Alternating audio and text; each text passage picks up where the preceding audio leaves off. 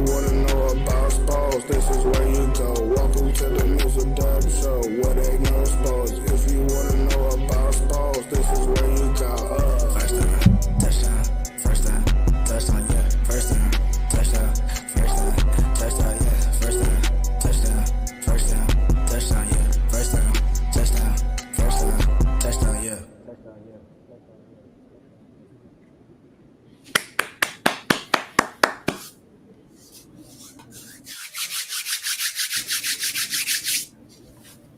Well, hi, and how the hell are you? Number 175. Oof. 175 of the Mizzle Dub Show. Yes, sir. Nonetheless, welcome aboard. He is Mizzle. I'm Dub. But before we get into the festivities, my man's celebrated another milestone as of this past Thursday, as he has made another anniversary with his bride. So it's been to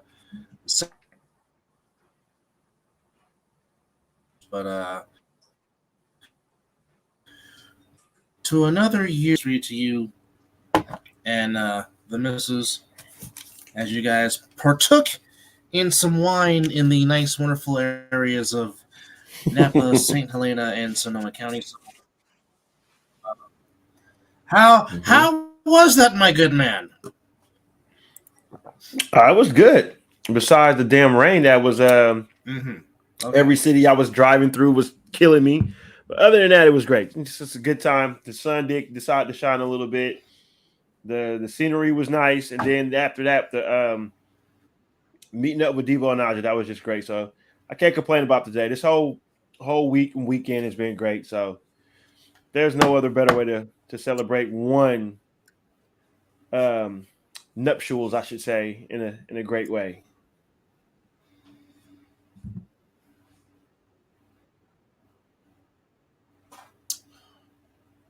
Although one thing I do notice about the Monroes, whenever they hit up with, they always wear purple. I've never not seen them wear another color other than purple when they've gone up there for these wine stuff. That's something I have noticed in observation. Well, the scenery up there, that color does seem to fit well.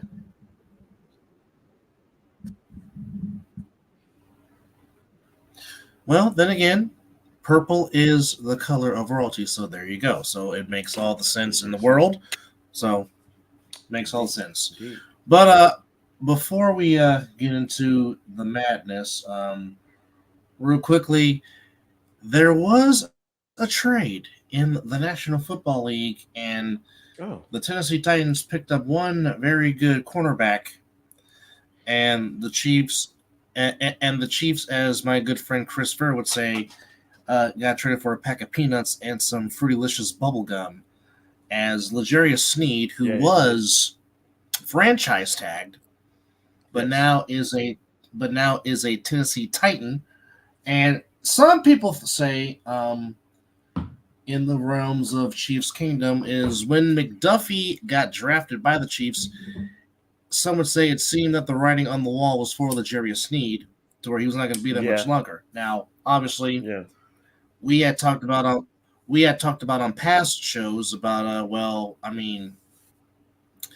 if you're going to pay one of the two, which one do you pay? And we both agreed you definitely pay Chris Jones because, as you know, edge rushers, but more specifically special edge rushers, are hard to find. And now if you're the Inglewood Rams, you got to go find one because one just retired after 10 seasons in Aaron Donald. So obviously we know how hard it is to find these edge rushers.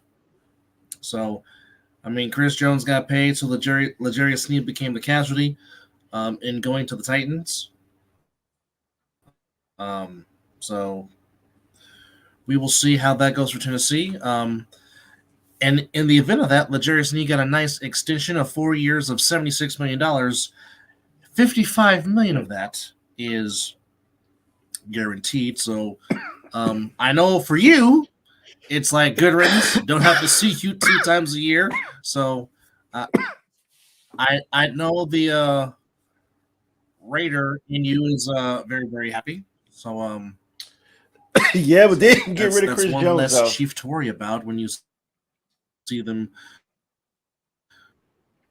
twice a year. No, well, you kind of figured they was going to pay him, but then again, I don't think that this particular group of Raiders is not really giving a dang what the Chiefs do because they're ready to just punch them in the mouth and let them know that you have a fight on your hands. But nonetheless, Indeed. the Jerry. Let's talk about this subject real quick before we get into the matter that is March Madness. But this whole Shohei Ohtani situation that is going on in Los Angeles, with Pete the Rose interpreter 2.0 getting fired, then reports of Ohtani paying off to the bookie in the excess of $4.5 million. This just sounds like some real foul, trippy stuff of what's involving a man that just got a $700 million contract. Well, the only thing is, Ohtani didn't bet. It was his interpreter. But yet, that's not also Ohtani what they're saying. Paid the booker or the bookie. They're also saying that Ohtani may have been placing bets as well, is what is also going out there. So that's what I'm saying. Is he Pete Rose 2.0? Oh boy. Well, they don't know what's going on. They don't know if it's they don't know if it was Ohtani.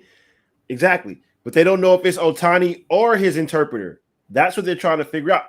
What I think is that the interpreter didn't get the memo. He didn't know that he was supposed to fully take the blame. I think that's what that did with. He didn't get the whole dialogue or the program of what was supposed to happen when this came out. It's like Barry Bonds' trainer. We know Barry Bonds put enough money in that account for that man to go to jail and keep his mouth closed. What grown ass man gonna go to jail for another man? Mr. Without the properness of snitching. You know what I'm saying? So the bank account got put very well. Yeah. And that dude went to jail for Barry Bonds. Yeah, Greg Anderson would not say a word. Not a one. Because that bank account was nice. He would not talk and about the bank account is still getting nice. He would not talk and he would not talk about the cream and the clear, and he would not talk about Balco. But I mean, well, first off, and yes, I'm about to be an asshole. It could have happened to a better baseball team. Let me just say that. Hey. But nevertheless, unfortunately, I'll fucking drink to that shit. Hey. Cheers.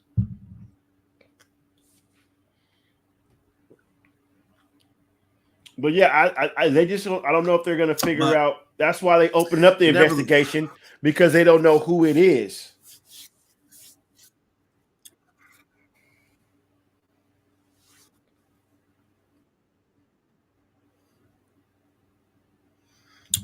Well, I mean, it really must be some serious stuff if Ohtani is paying the bookie $4.5 million to cover his debt. And quite frankly, what kind of debt is it? Now, unfortunately, this is not the first time that's happened before. Now, unfortunately, in the case of Michael Jordan, unfortunately, it cost him his dad. If you really want to get into it. We know Michael Jordan is a gambler. We know this. Compulsive gambler. He was betting during the playoffs, but of course, David Stern is not going to. Unfortunately, it came with the demise of James Jordan being murdered. But Daryl, I don't know what it depends on how involved Ohtani is. If they find him guilty to be involved, because Pete Rose, it's Pete Rose, bro. He has to go. They will literally. He has to go. There's no suspension. He's betting on games. It would have to be Pete Rose all over again. but you know that's not going to happen. We know that's not going to happen. Somewhere down the line, the interpreter is going to take the fall, and Ohtani is still going to be swinging the bat. We know how that's going to happen. They're just trying to clear up the stuff that came out all about it now. That's all it is. He plays for one of the most horrible teams in baseball. But see, Daryl, here's the thing. If that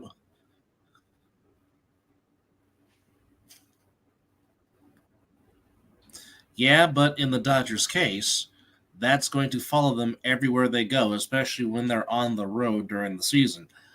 And it does not help that they happen to play in the second largest media market in the United States of America, in the City of Angels. Sure. So, I mean, we know this is not going away anytime soon. But this is the only time we're going to talk about it on this show unless they come to a conclusion and a conviction of some sort. But yes, we're only going to talk about the subject once because Dodger haters. So, that's just what it is.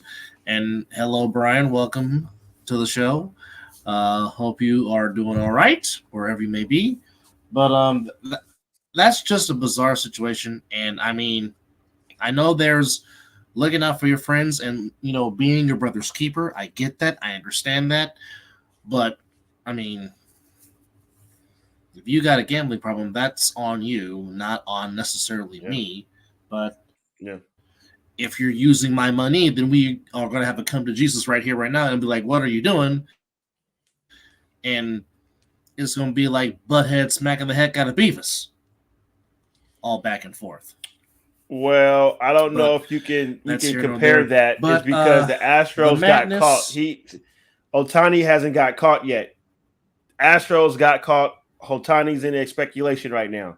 So until there's a outcome, that's not really a comparison. If you ask me.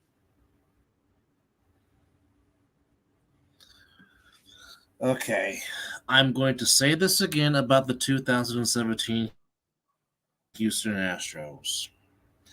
And I'm going to say the same thing I've been saying for years. Who hasn't been trying to steal signs in Major League Baseball? It has been going on since Major League Baseball was created. I'm going to say this again. I can know exactly what pitch, what arm angle, where he's going to throw it exactly to the spot. I still, you know what? Hold on. Still got hit it.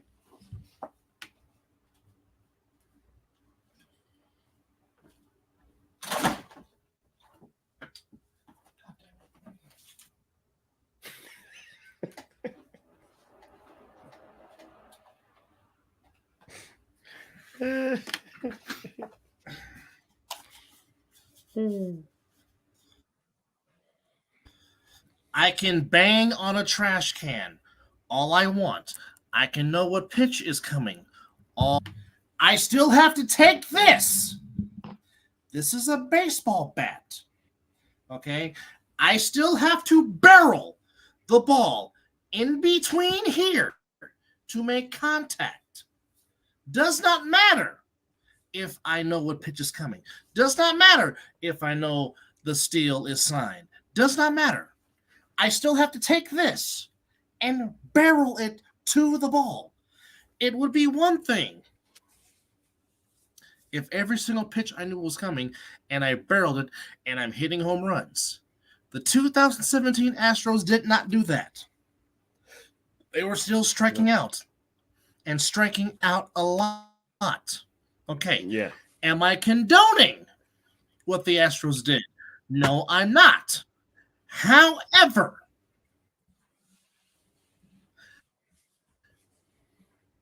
I've played baseball. Okay. I can know what kind of he's throwing. I can see his arm release. I can see if he's going to go outside, inside, or try to make me or jam me. I still have to take this bat and barrel it to the ball. That's what I have to do. So, again, yeah, the Astros got a slap on the wrist. They were not taken.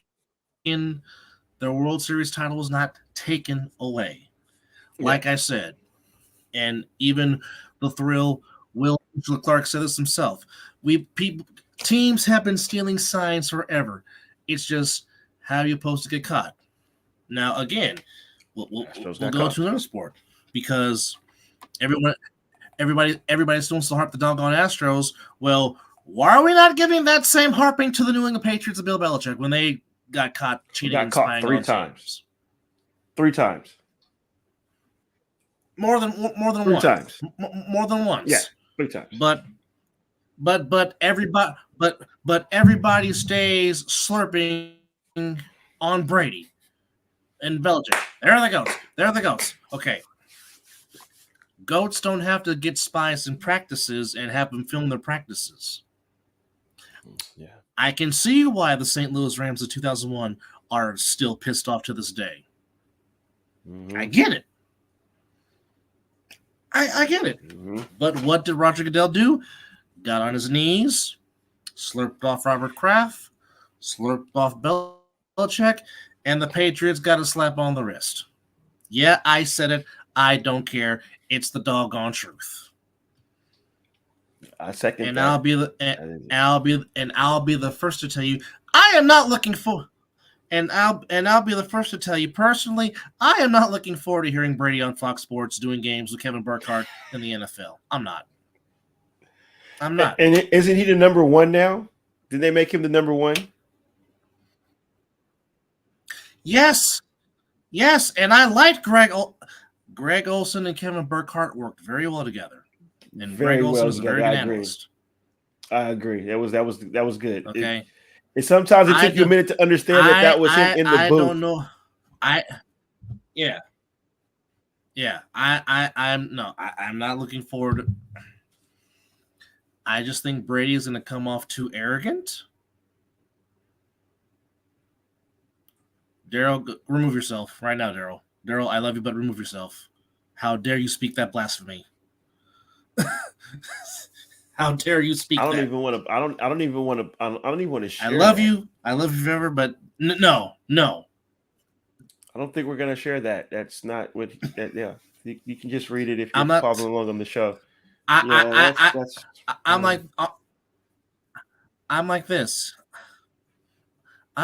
like this. I might just have to mute the game on Fox that him and Burkhardt are doing just so I don't have to hear Brady. Like I'm serious. Like I'm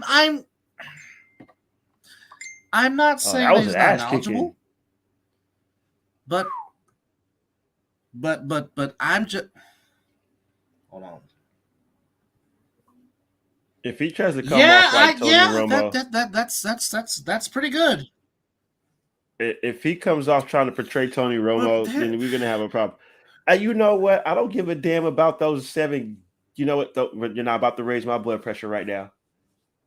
We're not about to get on this. See, prime example of someone tries to take over a damn show by talking about that piece of shit. So let's get back to what we were talking about, and we're not going to talk about that piece of shit who's retiring and is going to take over television. Okay, so we'll deal with that day when it comes.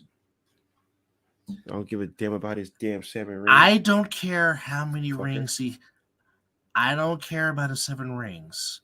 He still lost to Eli. He still lost to Peyton's little brother twice and lost to a backup quarterback. Goats don't lose Super Bowls to backup quarterbacks. If you're the GOAT, you don't lose to Peyton's little brother twice because you own Big Brother. You don't lose the little brother twice. And you dang sure don't lose to backup quarterbacks or career-long backup quarterbacks. Yeah. You lost to Nick Foles. Nick Foles. Nick Foles. That man got a statue.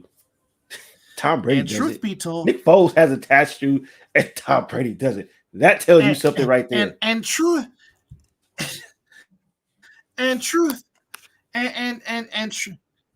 be told, 3 of those rings he shouldn't even have. Facts. Yeah, I went there. Facts. It all started with my fucking team. Fucking Tuck ruled my ass. It's a goddamn fumble.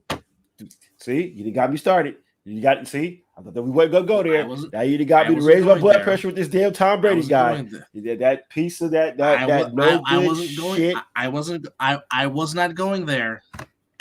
I was talking about Pete Carroll making the dumbest play call in Super Bowl history. Oh, well, that's what I'm talking about. Now. I mean, we can sit here and talk about that Super Bowl till our face turns blue, but we all know why Russell Wilson was throwing the ball. Could Russell Wilson have checked out that play and handed the ball to Beast Mode to win a Super Bowl? Does he have that authority to do? Yes, he does. But it was given and said, this situation is too big because Marshawn was getting off. He wasn't going backwards. Marshawn Lynch gets that ball. He's unanimously the MVP. Or you know what?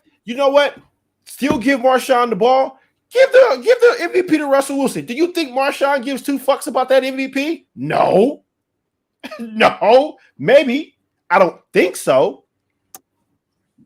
So, I watch soccer. Yes, we do. Yes, we do watch soccer around here. And I think there's going to be some games in Santa Clara, correct? Does Santa Clara get some games? Yes, Levi Stadium will be hosted. Santa Clara will be hosting some World Cup games in 2020. Is it 20? No, it's we had it whatever. last year. Yes, 2026. Coming. Yes. So in 2 years, Santa Clara. Yeah, 2 years. Santa Clara. So it's going to be in parts of the U.S., parts of Mexico at Estadio Azteca, and parts of Canada. But the championship game will take place at MetLife Stadium in East Rutherford, New Jersey, to which it will be grass because FIFA has made it known. Take out the AstroTurf, take out the field turf, you don't get us. So ain't that something though? Ain't that something though? They can do that for the soccer, but they can't do it for their own professional athletes.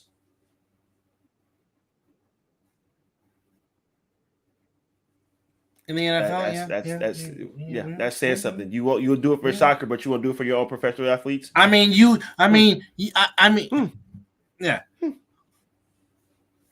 Oh, because well, I mean, here's the thing, and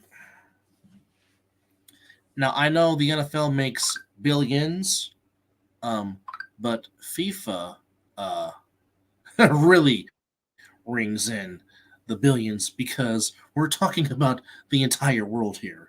FIFA makes a lot, and the World Cup makes a lot more in billions than the NFL. And MetLife is no, we're not going to lose that money. I know they're not stupid, but I'm just saying you'll get your grass. But Giants and Jets, you got to play the field turf. We don't care if you tear your ACL or tear your Achilles.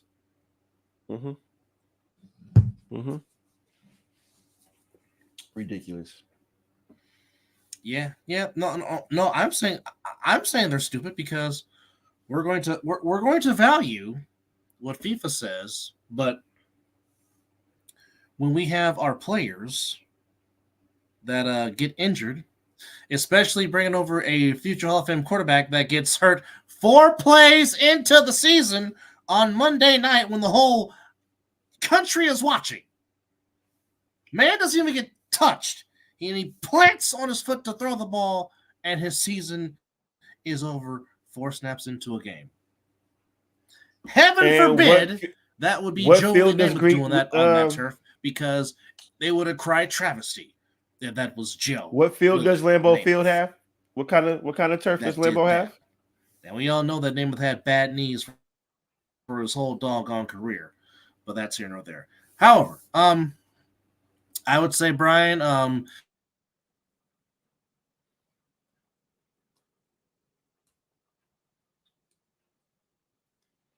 I think delay and what's going on out there had a issue with the question that I was trying to ask him.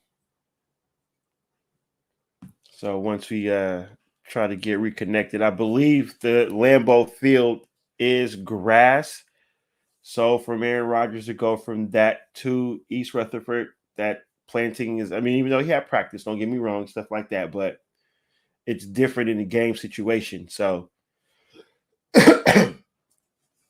I believe that's a reason as well that he could have probably got hurt there. I think it's got to come together and just find a way to just make the whole every stadium just grass. It's better. That's what some of these athletes played on since you were a kid, unless you were playing in the street. So, as my co-host makes his return, grass has always been better for the knees and the back and all everything. that stuff. I mean, I'll give you a perfect example. I'm gonna change sports real quick, but perfect example: the Hawk, Andre Dawson. Now, just think if Andre Dawson played all those years for the Expos before he came to the Cubs. If he played all those years on grass in Montreal, who knows how many more home runs? His future would have been, his career would have been more prolonged. Yeah. But did Lambeau Field has grass, correct? Yes, they do. They have never had. Yeah. So just what I was saying, to go from Aaron Rodgers to go from grass to be playing on that type of surface, that's a difference. He's like I said, he has probably practices on and everything, but that game action is totally different. So he's expecting to play in grass. I mean, of course, he's played on this surface before, but when you've played the majority of your career on all grass, yes, it's a little different. But like I said, NFL has to try to find a way to just get grass. I know it's cost efficient. I mean, it's a little more than to take care of it, but take what these other stadiums are doing. Look what they rated the Raiders Stadium #1, the field #1. Look what they're doing. Arizona, they have grass, and it's hot as 80s out there. Both places, hot as 80s. But they some way have a way to keep that grass looking good when it's game time. The funny thing is, Arizona is hotter during the summer than Vegas, which I tell people that, and people look at me like I got no sense. I'm like, no, it's true. I've survived both. Well, you lived in both places. I'm gonna say you lived in both places. So I have full-fledged knowledge of how that happens. But I mean, it's just. It's just a crying shame, just because, again, as you say, like how FIFA has these demands about, okay, well, if we're gonna play on your surface, it has to be grass. I mean, heck, the last time the World Cup was out here in the United States, I remember they were playing at the Pontiac Silverdome, and that was grass. And that was when it was the horrible AstroTurf, as you and I unfortunately grew up watching. Yeah. Of course, the worst AstroTurf that ever lived was Veterans Stadium in Philadelphia. Oh boy, I remember one Brian Billick. You're absolutely right, Daryl. You're absolutely right. Seattle does have their field is good too. Yeah. Which, by the way, next Saturday, we do get the appetizer to football. We get spring football with the UFL. Damn it, yes. Let's go. So we got 2 or 3 games on Saturday, and then the rest on Resurrection Sunday. And you can catch it all on ABC, ESPN, and Fox, as we have a XFL division and a USFL division becoming one. And also tomorrow, yours truly is back at it, back to work. My first season doing play-by-play for the national season for the Nevada division, as the Ace NFL kicks off its 10th anniversary season with a slate of 4 games. As we now tomorrow, now we will be at a new field starting this year. We will be at Chaparral High School, but not tomorrow. Tomorrow, just for week 1, we will be at Liberty High School in Henderson, which is from the press box where we'll be at. You can literally see Raiders headquarters down the road in Henderson. So you may see some shots of the Raiders practice facility and headquarters. You just go ahead and tell that cameraman to do his damn job and just show it. You just tell him to do his job.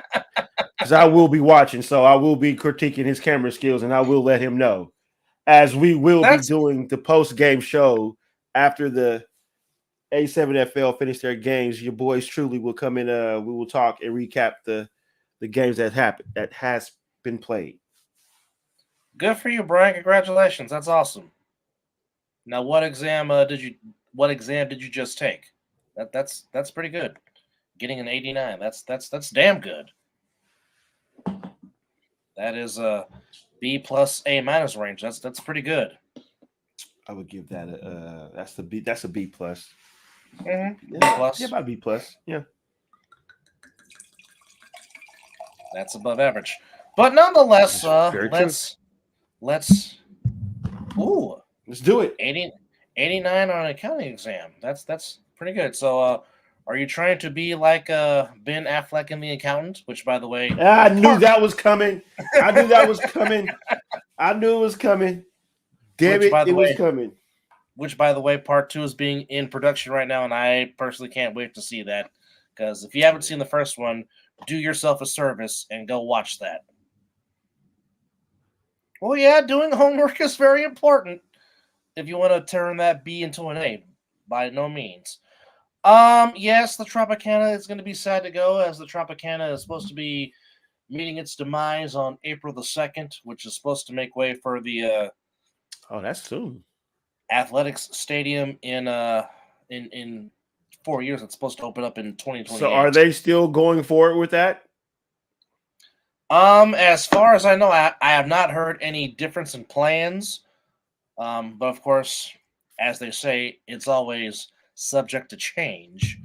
But and anything that involves John Fisher and the Athletics, it's always something subject to change when it comes to those guys. But the meat of the matter, let's get to what we want to talk about here. The madness has been exactly that, madness in this latest rendition. You can't sit here and tell me that your bracket, anybody that has a bracket that is still together. No. If you do, then that's your second bracket, because you did opposite of what your first bracket was. Yeah, you must have used some whiteout, because I mean, as far as yesterday, the reports were there was no perfect brackets, and I put it out there on my Facebook page, which, by the way, thank you to our viewers watching on Twitter and Facebook, YouTube, and Instagram Live. You're watching episode number 175 of the Mizzle and Dub Show, as we are now talking about the tournament, and as you can see. But that was a fantastic game. That was a fan. Yes, it was. Yes. That was a fantastic game. I mean, first off, NC State kind of making a Cinderella run like they did back in 1983 with Jim Valvano. Well, they came into the tournament with confidence by winning the ACC championship. So, and also taking down the number one seeded Tar Heels. So the confidence was already there. Yeah, they had to win 5 games just to get in the dance, and they have used that to get to the Sweet 16.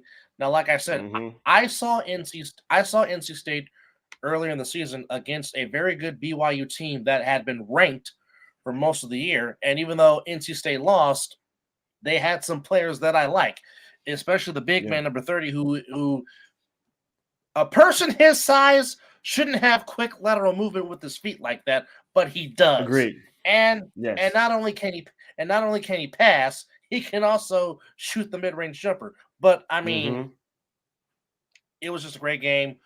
Win it overtime, but the Wolfpack just find a way to get it done, and they get to the Sweet 16. The T in Tennessee was better than the T in Texas, as the Vols get themselves into the Sweet 16. But I certainly did not have Gonzaga beating the ever-living dog crap out of the Kansas Jayhawks tonight. And I mean, Gonzaga put the clamps on a very good Kansas team. But I mean, Gonzaga put up 98.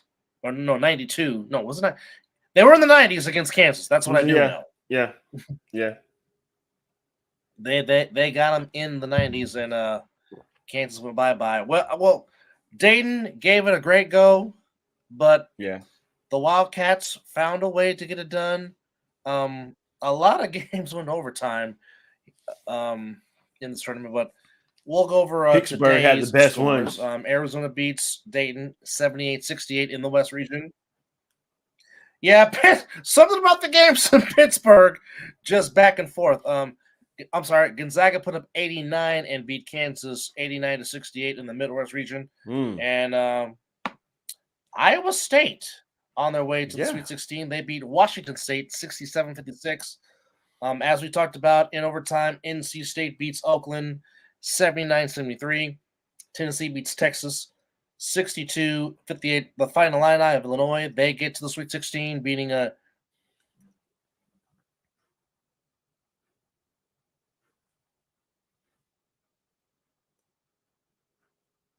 they beat the Oregon Ducks 86-73. The Oregon was just gas, man. They ran out of gas.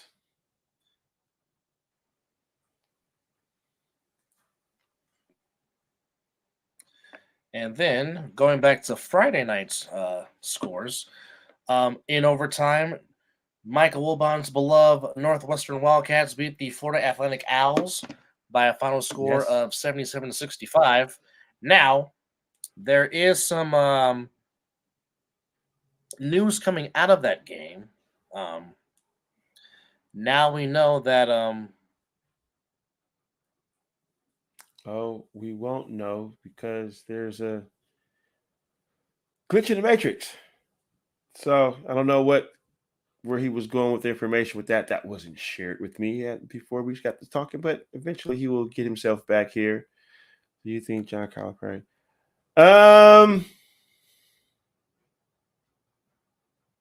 That's a good question. I don't think the college has the guts to do that because they will lose the recruits because he does bring the recruits there and he does keep that program kind of relevant. So you don't want to get rid of your big name guy. I mean, because he always gets there, they just lose in the first round. I think this is three out of the 5 years or 3 to 4 years they've been there. He's got kicked out. Kentucky has got kicked out in the first round. So even by teams that they brought to you by Cox.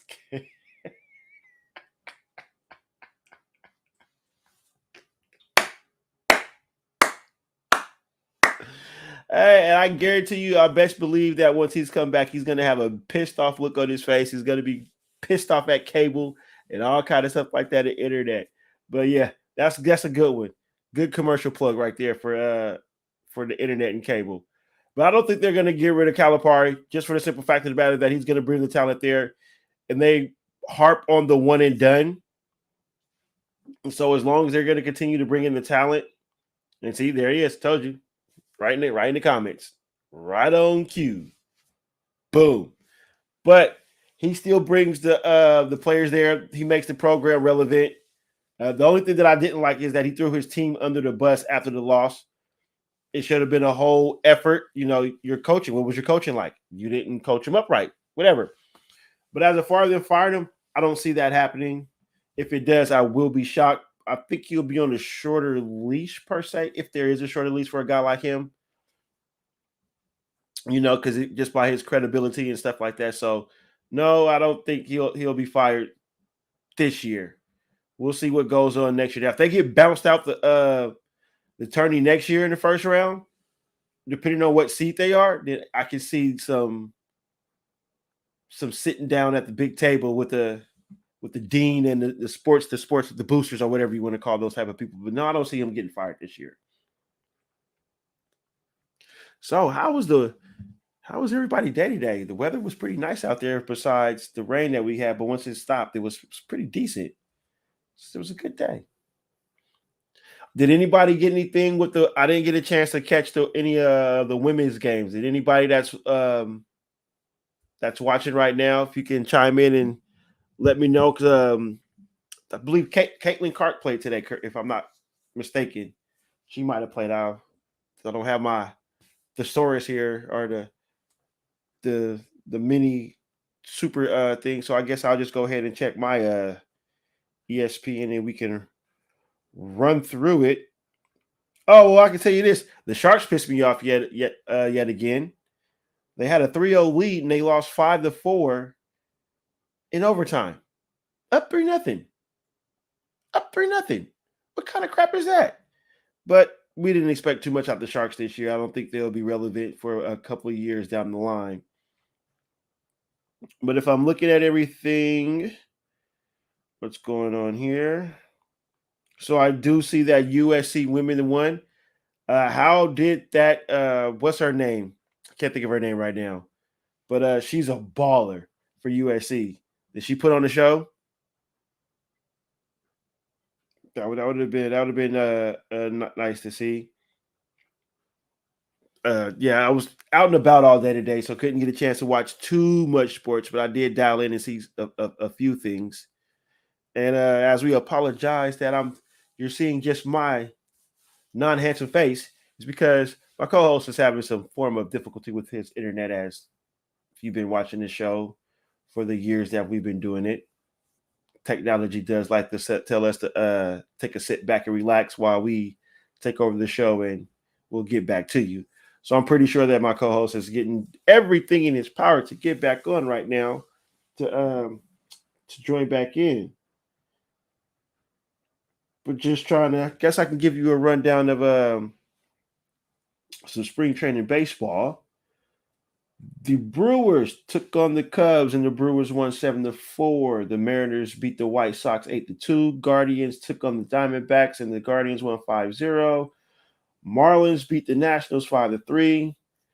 Twins lose to the Red Sox 6-8. The Baltimore Orioles beat the the Baltimore Orioles beat the Toronto Blue Jays 3-2. And we should have real official baseball here in about 5 days, as the team down in LA and the other team down there in Southern California, they both had games in Seoul, South Korea, I believe, if I'm not mistaken. And so I believe the Dodgers took the series 2-0, if I'm not mistaken. If there's any Dodger fans on there, I don't know why you decided to watch us, because we don't talk too much about them.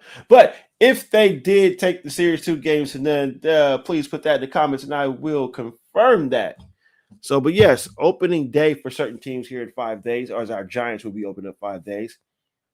Let's go. Nice pitching staff. I think they got some bats. I think they showed up the infield pretty good.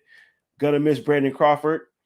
He's taking his talents off to St. Louis, which, he went from one good organization to another good organization. So I'm pretty sure, I hope that they take care of him.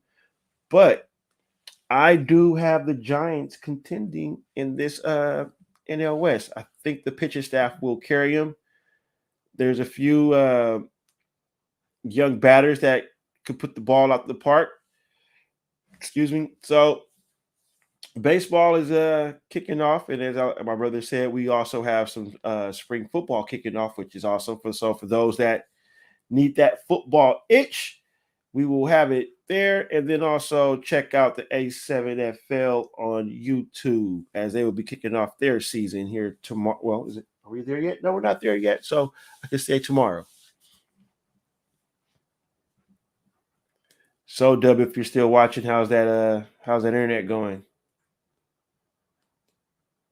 I don't know what it is. Are you having bad weather out there? I mean, I know we're having a little bit of rain, so I don't know how it's going on out that way. I don't know. People can't drive when it's raining. I'll tell you that much. I do like the upsets that are happening in the tournament, but that's always expected. It sucks that St. Mary's got bounced out. It would have been nice to see if they could have got into the Sweet 16. The Creighton, and as we were just talking about it, big win for UFC women's. Oh, see, and I can watch UFC now too. That's the thing. And I'm at work, or if it's a Saturday I'm having off, I'm doing something family-wise, or doing something with my wife, or we're having something here at the house. So I don't get the chance to chime in on the UFC as much as I used to. I would love to get a chance to watch a pay-per-view. And but yeah. Hey. Welcome back, sir. It is a crying shame you have to leave comments on your own doggone show.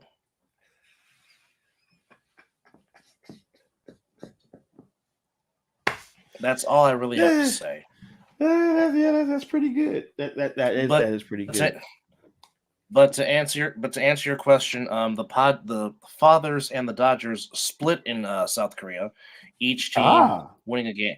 Each team winning a game, but for the Dodgers' $300 million man in the other pitcher that they signed to join Ohtani, he did not have a good start to his Major League Baseball career. As we like to say, he was giving up the ass to the Fathers in game 2. Did not fulfill his needs as Yamamoto. No relation to our good friend Larry Yamamoto, but Yamamoto was giving up the ass as in game. Well, I mean, game 2, there was no pitching at all. As the final score was 15-11. So there you go. But don't worry, we'll get into Canelo here pretty soon. We'll talk about that. I'll just say that I've lost a lot of respect for Canelo before we get there. I'll just say that. Or you want to get into it now? You want to do it? I'll say this. Very rarely will I listen to a Stephen A. Smith take. But Stephen A. Smith's take on his show, talking about cinnamon, I back that 1,000% because it is complete BS. Yeah. Because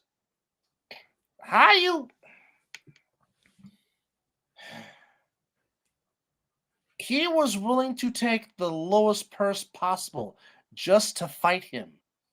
And you still say no? Yeah. And you still say no. But Dub, it's the comments that he made to talk about how much money that he's willing just to even consider taking that fight. Like, really, bro? Like, really? You always these fighters always say they want to fight the best, they want to do this the best. Well, this dude right now will give you a good fight. Ain't that what these fighters are supposed to want? And then there's one guy that comes out that says, Canelo has earned the right to pick his fights, this, that, and the third. Well, yeah, okay. But if he's going to pick his fights, man, pick a damn good fight that the people want to see, that's going to spend their hard-earned money to see. Nobody want to see this fight. You got the best fight right in your hands. It will sell. I see he got his ass whipped, and now he's scared to take on these fighters now. That's what happened. He got the paws put on him, the skibbity paps. Yeah, and now he want to pick and choose how he want to fight. After Dimitri Bivol made him look slow. Yep. Because he jumped up to light heavyweight. Yep. Bivol made him look slow. Mm-hmm. And he was like, whoa, okay. Because right now, yes, I know he has all the belts, but right now, David Benavidez is the best super middleweight in the world right now. Tell him. Okay. I know Sotomayor, who is the president of the WBC, stays slurping on his fighters, so he's probably not going to strip Canelo of the WBC super middleweight title. But if I'm the IBF, WBA, and WBO, I'd be like, you, Cinnamon, come here. Give me the belts. I'm stripping you right now. Yeah. I'm stripping you right now because you got Mike Tyson calling you out, Canelo. You got Iron Mike calling you out, who's preparing for his own fight. To which, if you have not seen Mike Tyson's training videos, if you had not seen Tyson's training videos, he is not taking this lightly. Like It's not a fight. If there's no knockout rules, it's not a fight. This is an exhibition. Exhibition. But my point is, Mike Tyson is calling you out, Canelo. Talking about if you're the best, fight the best. Now what best? Okay? The man, Benavidez, is literally begging you for a fight. He has been begging you. And it ain't about the money. See, that's the thing. No. It ain't about the money. Because you know why? He's betting on himself, And if he beats Canelo, that money's gonna come. That's what's the beauty about it. Yes, that's what I like about these the purse. Man, if this fight needs to happen, you make that fight happen. This is why don't they sanction? Oh, that's not sanction. Don't they make these boxers have to fight? And if they don't have, they fight. They make them relinquish something or something like that. There's mandatory opponents in the sanctioning bodies that they have to defend the title against in a certain amount of days. And if they don't, sanctioning bodies have stripped them of their title for not honoring their obligations and honoring that title defense. So again, Sotomayor, who's the president of the WBC, is not going to strip Canelo of the green belt. No, he's not. We know this. But this what if the part I'm the WBA, about it is, the IBF and the WBO, I'm stripping him of those titles. I just am, because there's too much inactivity. There's contenders out there, but no, you want to go pick and choose your opponent when you're leaving a bolt ton of money on the table. Do you know how much buy rates DAZN would get for Canelo and Benavidez? They would have to put that. They would have to put that in Arlington.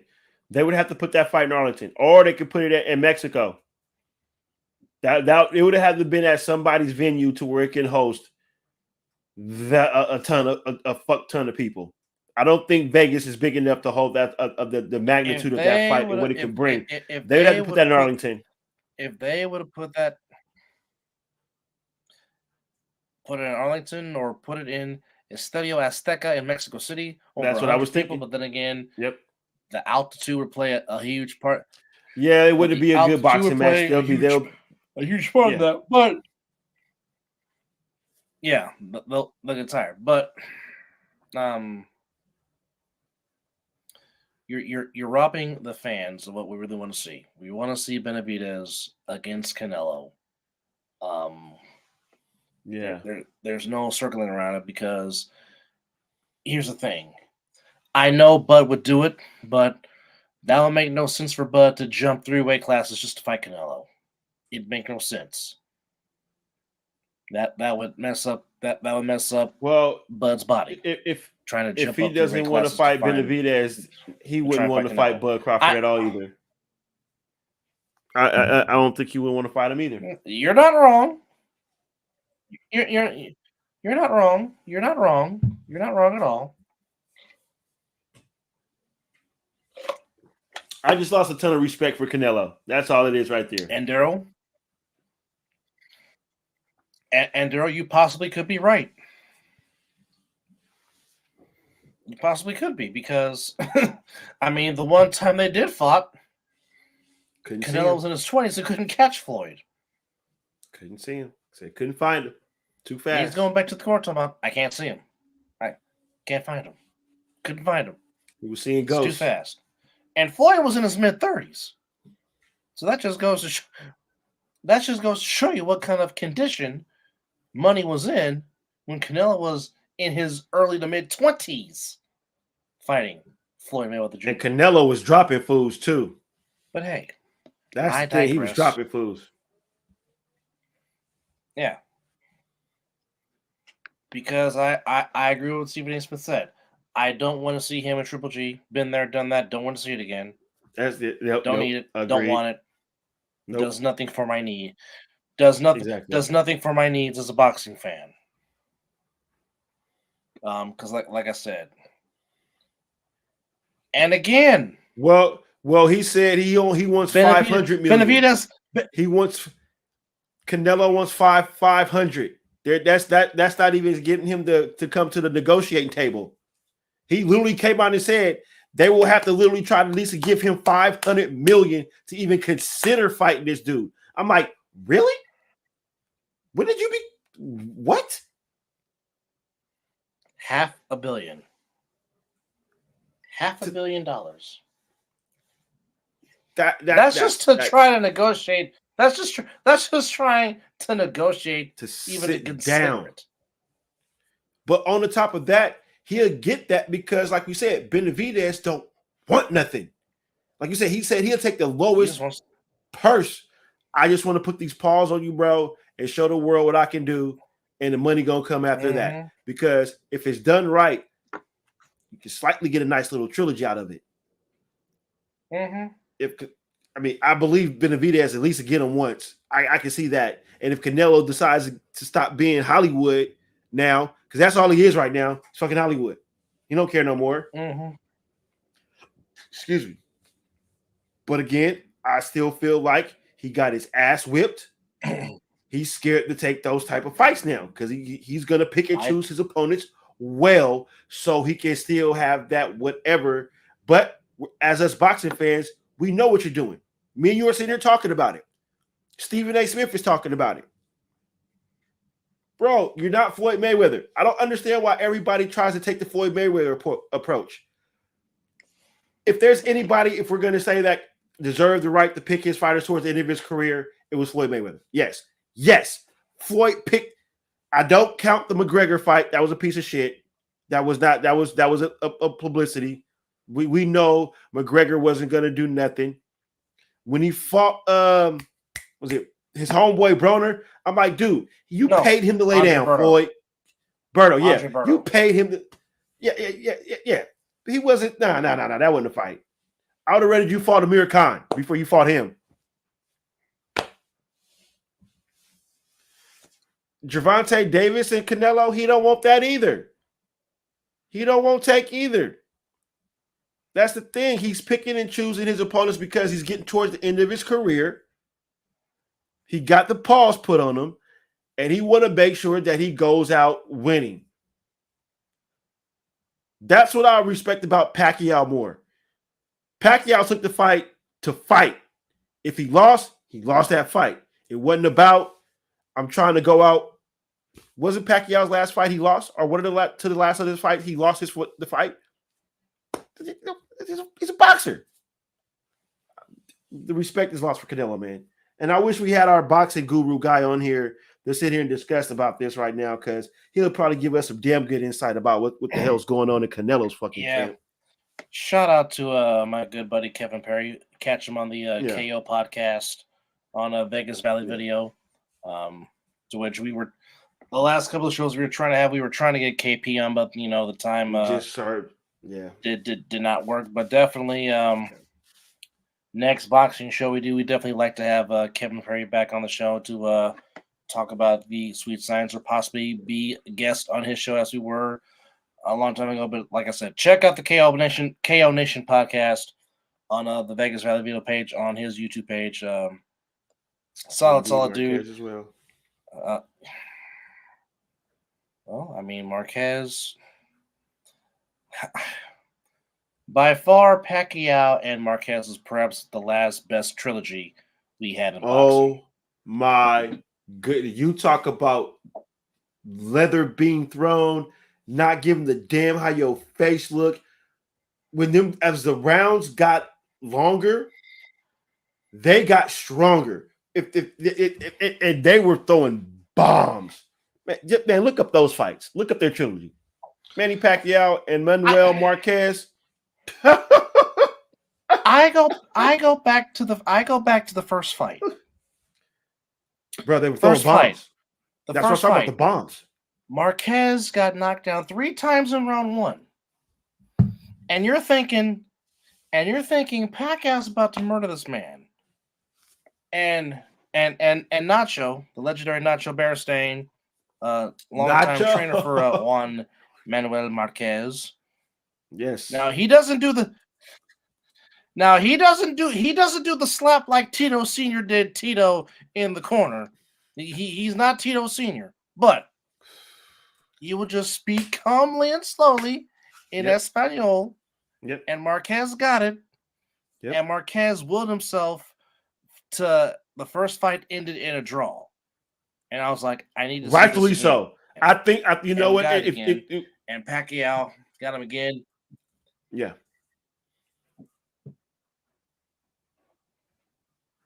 Go ahead. Finish your point. Go ahead. Oh, no. All I was just saying, as you said about the first fight, the draw, that was rightfully so a damn good call to call that first fight a draw. Because them dudes was out there just going at it. It's just one after another. It's just, like you said, Dad sat him down, talked to him. He got the plan, and he went out there and executed the plan, and he got himself a draw. Because if you think about it, 3 knockdowns, shit, if the fight go to distance, that man should still win.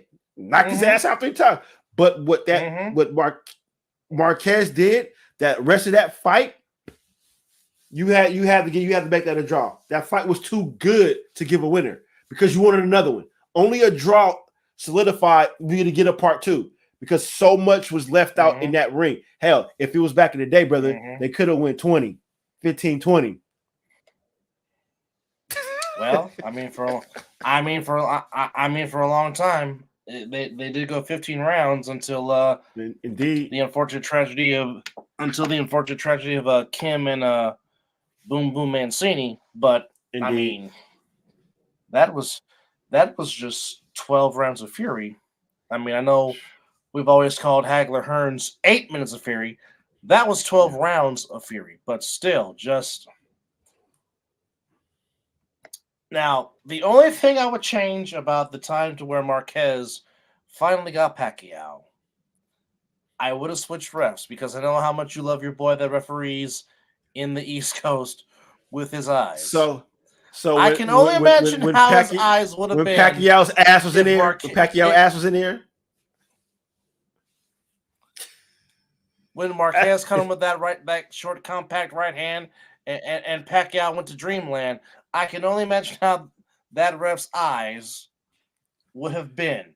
And don't get me wrong, Kenny Bayless's eyes got super big. He was like, "What?" Oh, he was quick.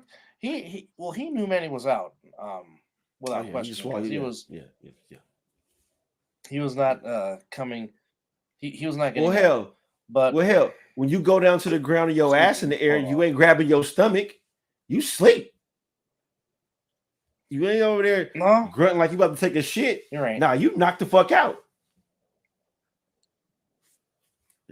So the referee's name we're making reference to is Steve Willis, which Steve Willis mainly referees in the East Coast. But look up his YouTube.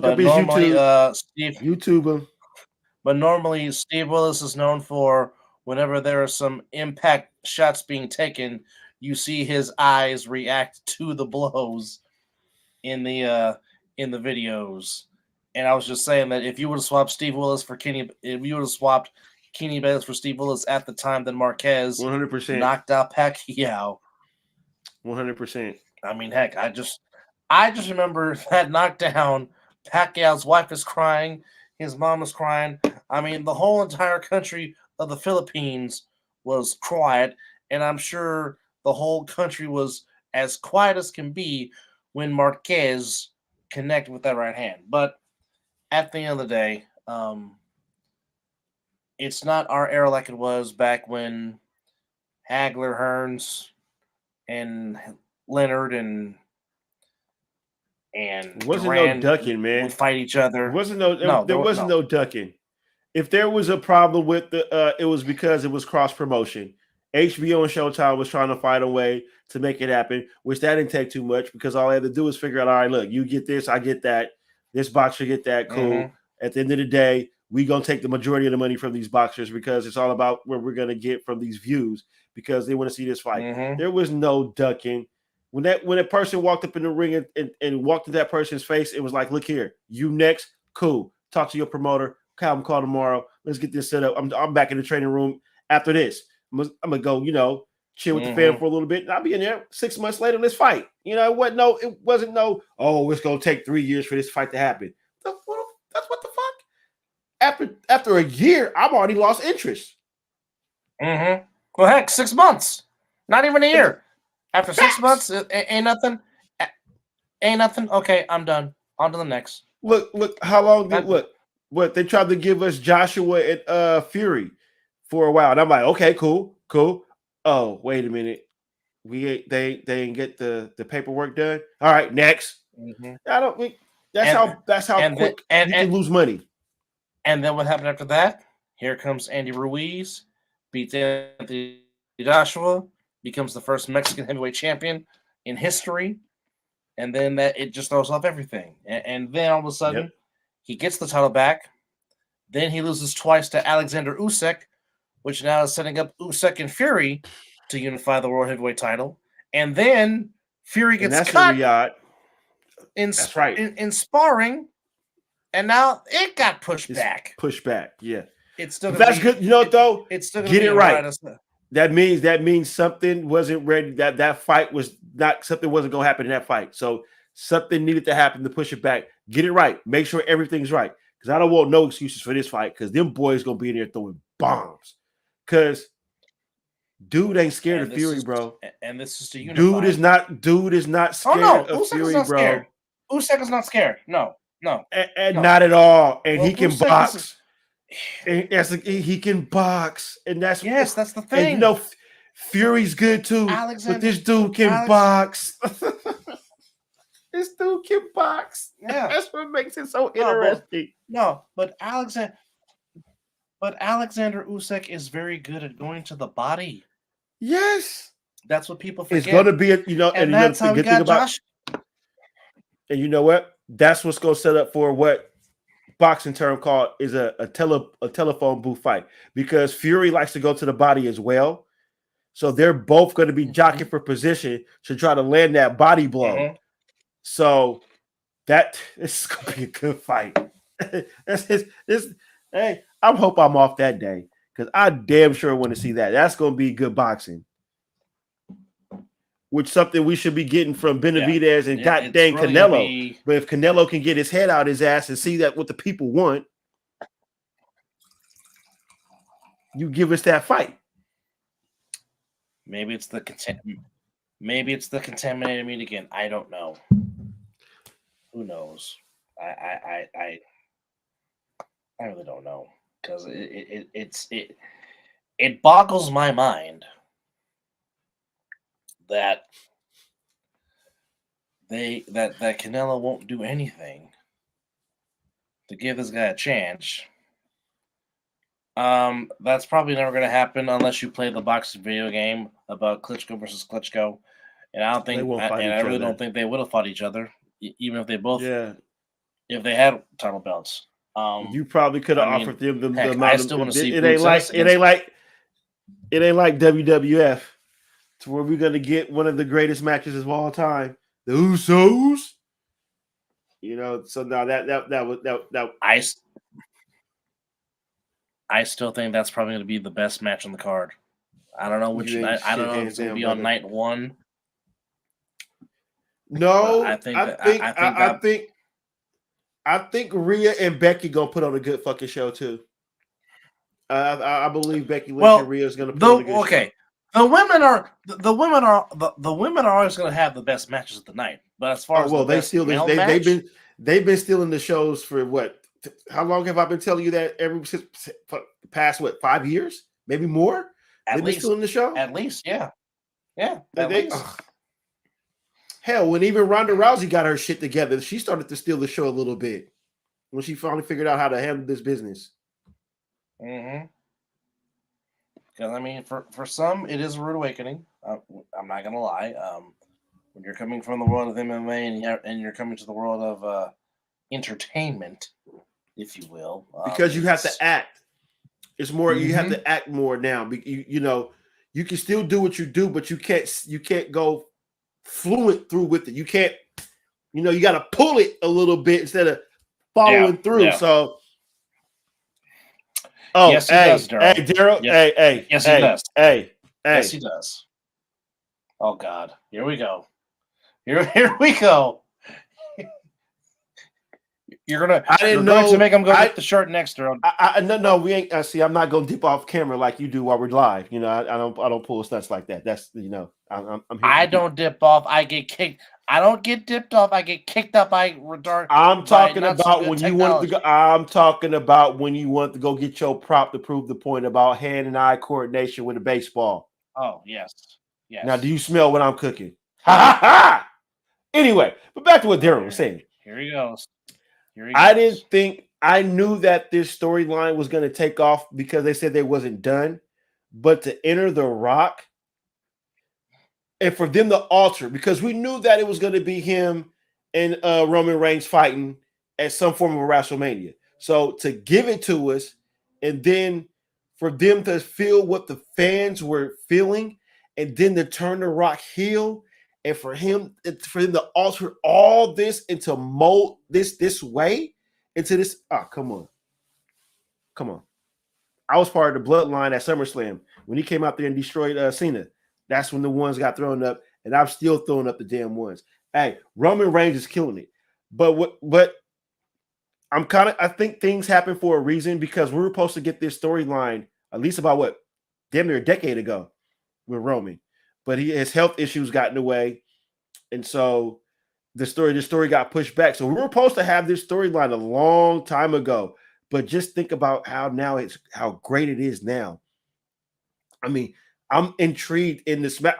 I'm equally intrigued into both programs, Raw, and I can't wait for SmackDown to get back to USA because I can't watch the for some odd reason it doesn't record like it should record. So when it moves to USA, oh wow, the Fox, whatever Fox station I got that records doesn't properly record. So I have to live off X or Twitter and sometimes YouTube to follow the storyline. But I wish some of these people would just shut up and just let The Rock cook because they're trying to follow the PG moniker or whatever they want to do.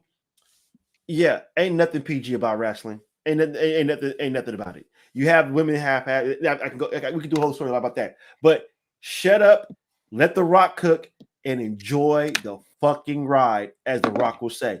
The promos he's putting out on X, it's legendary. It's almost back. Dub, remember this?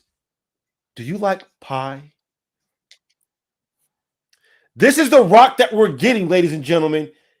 Shut up. Your ass out of here. And thank you. When he throws a t-shirt over the dude's face and just shuts up. When he talks to the cop, talking about you like donuts and stuff like this. This is legend. Come on, right. Rock. Come on, right. You like writing everything down. But still. The Rock is sending us back is reaching back to our genre. Yes, these little new kids don't understand what it is, but shut up and enjoy greatness and let The Rock cook because this is beautiful. And him calling himself the final boss now. Come on, man. Come on. And they're saying this is just not no one and done. The Rock is in this for the long haul. He's going to take a break off after WrestleMania to shoot a movie. But once that movie's done, he's getting right back in line. So that means that you're only going to get more legendary promos. Can you imagine the promos he's going to give while he's on set? Come on. Still in character while shooting his movie. Literally being the Hollywood Rock. Bro, I'm in it. As long as they're running it and it still entertains me and I'm sitting here having the itch to want to watch it, bring it. I'm smelling it.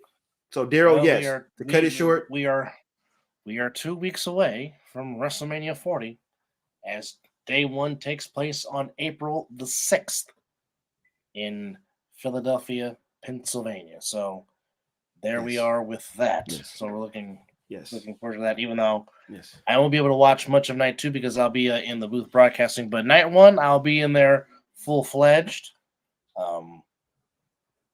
Are we doing that? Are we doing that with JP? The open forum? Are we shooting for that? I mean, that's the goal. I mean, we could. Okay. I mean, we could do. I mean, heck, we could go live for the Ring Psychology broadcast during. Let's do it. Night 1 of WrestleMania. If you want to go. Hey, we gotta have the guy. We gotta have the guy on that was on the last episode we did. Yes, Maverick Brian. Damn it, yes. Brian is very good. I can't keep a straight face when he gets going. I can't. Well, it doesn't help that sometimes his set likes to kick him out because it's like, okay, we can see you, but that gummit can't hear you. And I'm sure he was making some very good and valid points. But it's like, bruh, can't hear you. But nonetheless, we also forgot to talk about Mizzle's beloved Tar Heels back in the Sweet 16 as they handle business against Michigan They State. can read it. They can just read it. They're there was a stat that was pulled up that I believe that the Tar Heels are like number one to get their number one in wins in tournament play. They're number one in getting to the Sweet 16.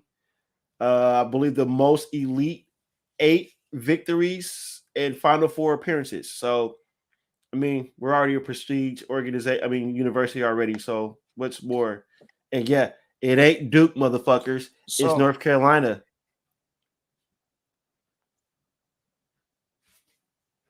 So, picking up tomorrow, it is Marquette in Colorado, Purdue against Utah State, and tomorrow, Mizzle will be the biggest James Madison fan, as James Madison will be taking on that team that Mizzle does not like the most. What time is your first game? Is it 1 o'clock tomorrow? North Carolina. Is your first game at 1 o'clock first tomorrow? Game. Okay, so for the ASUNFL. I'm trying to balance out my basketball and football watch because I know I got to pay attention to the football so we can do the post game. So I'm just trying to. I'm gonna have 2 TVs going tomorrow, so don't worry about it. First ASUNFL game is at 11 a.m. and it features the Pit Bosses against Sick With It. Game 2 will be the Hunters against the North Las Vegas Kryptonite. The game of the week featuring the 2 division champions from the West Coast, the Force and the Insomniacs. And the Insomniacs have beefed up.